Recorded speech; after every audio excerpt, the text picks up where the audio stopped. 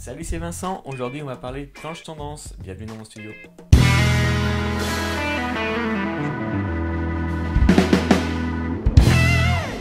Après tous les cours sur le prototype, le wireframe, il est temps de passer aux choses sérieuses et de faire un petit peu de créa. Pour moi, une planche tendance, c'est un petit peu comme un brainstorming visuel. L'idée est de jeter sur le papier ce qui vous inspire pour créer une charte ou un design adapté au projet du client. Elle doit avant tout être variée. Elle n'a pas de limite et elle peut mixer toutes sortes de choses très différentes.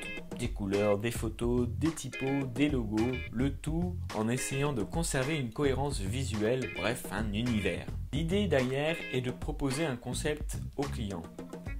C'est d'avoir quelque chose de varié dans les représentations graphiques et en même temps d'harmonieux, de cohérent pour que cela reflète un univers. Pour trouver l'inspiration, vous devez, je dis bien vous devez, varier les sources.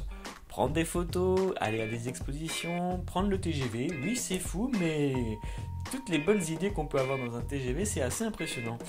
Bref, sortir, aller chercher l'inspiration, lire, mais aussi, pourquoi pas, soyons fous, surfer sur internet.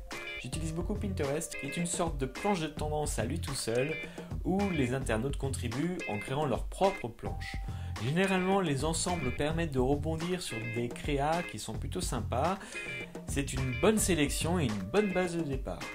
Google Images est bien sûr votre ami aussi, mais les livres c'est bien. Voici une sélection de livres que je vous recommande, je mettrai les liens évidemment dans la description. Pour les logos, c'est pas mal, parce que les logos c'est très graphique, donc on peut rechercher, on peut trouver des idées, même si on ne cherche pas forcément un logo en regardant des logos, ils sont triés par sport, nourriture, calligraphie, typographie, bref c'est plutôt bien trié. Plus proche de notre thème également, ces petits livres qui vous présentent ou des portfolios ou des sites e-commerce. Voilà, on peut mettre des post-it, moi j'adore faire ça. Pas très cher puisque c'est chez ta chaîne, c'est environ 10 €. Et toujours pour trouver l'inspiration dans les livres, celui-ci. Donc un livre pas mal, bien que le design commence à dater un petit peu. Mais dans l'esprit c'est intéressant parce qu'il va vous permettre de vous montrer des palettes de couleurs. Vous avez également un classement hyper varié pour trouver l'inspiration. Vous avez des classements par type de typo, de site, d'interface, de couleurs, de thèmes. Donc vraiment c'est plutôt pas mal quand on sait qu'on part de quelque part et qu'on veut aller sur un thème précis, ça peut donner des pistes. Bien sûr, vous pouvez créer votre propre planche de tendance sur papier, en découpant des photos, en imprimant et en faisant du collage. Mais vous pouvez aussi l'éditer sur Photoshop pour modifier plus facilement si besoin.